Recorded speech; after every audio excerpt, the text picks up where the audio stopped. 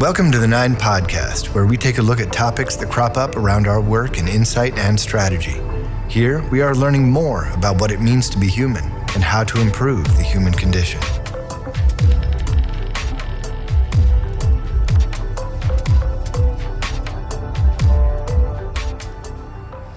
So today we're just throwing up a camera to get started.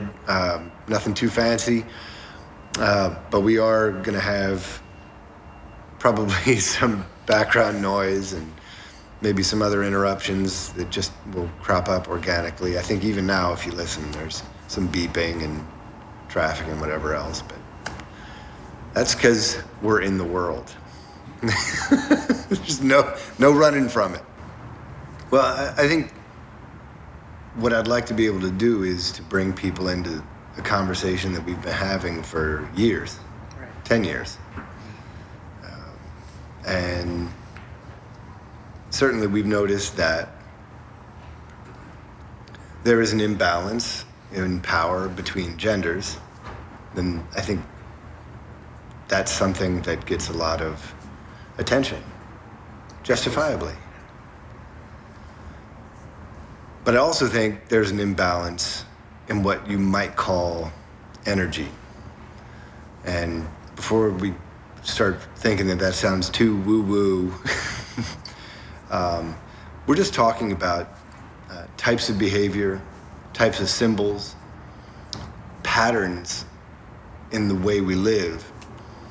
And we have seen that, especially in business, but I think this is reflective of a broader cultural phenomenon, that there is an abundance of masculine energy, and there is a suppression of feminine energy.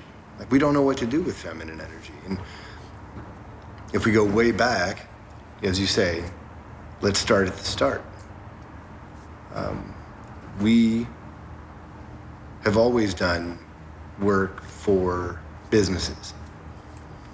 And in business, we see that the types of behaviors that are encouraged are behaviors related to accomplishment, to achievement, to individualism. And while there is lip service paid to helping each other out, collaborating, cooperating, in practice, that's not what gets reinforced. That's not what gets encouraged. And that always struck me, and I think struck all of us, as something that was problematic. It's problematic because we know through our own study what amplifies creativity. And businesses love to talk about creativity. We know what deepens our empathy. Businesses love to talk about empathy.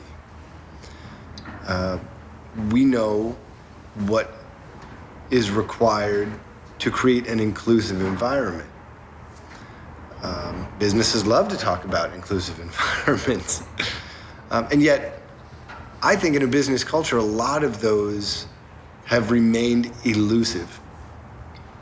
And what I want to put forward here is that it is all tied to our inability to grapple with, to accept, to work with the feminine.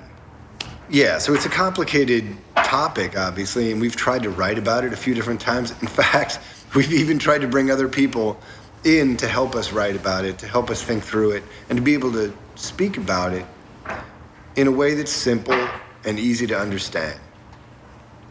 We've really screwed it up. I mean, it is very, very hard to write about something this enormous. And that doesn't mean that it's not interesting. In fact, I think the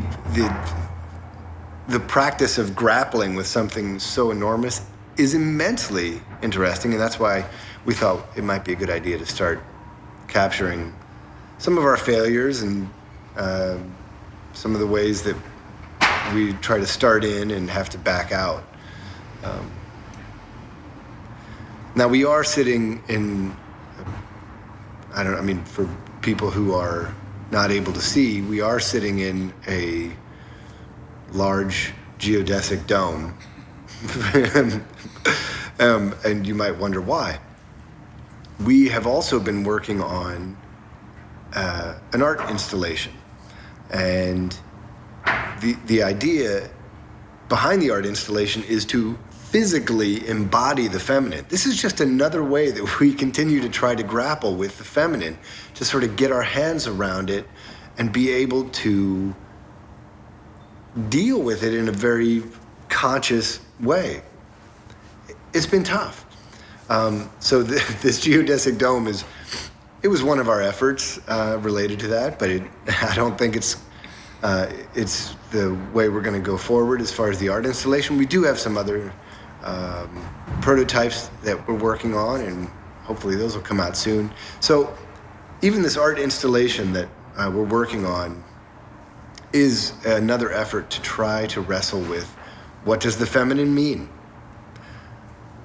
What are examples of embracing the feminine? What are examples of when we've rejected it? And what are the implications of rejecting it? And what are the implications of embracing it?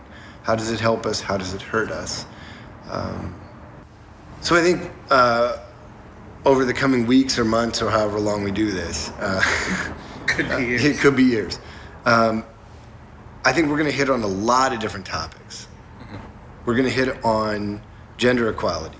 We're going to hit on diversity and inclusion. We're going to hit on creativity. We're going to hit on empathy. We are going to hit on what some people call servant leadership.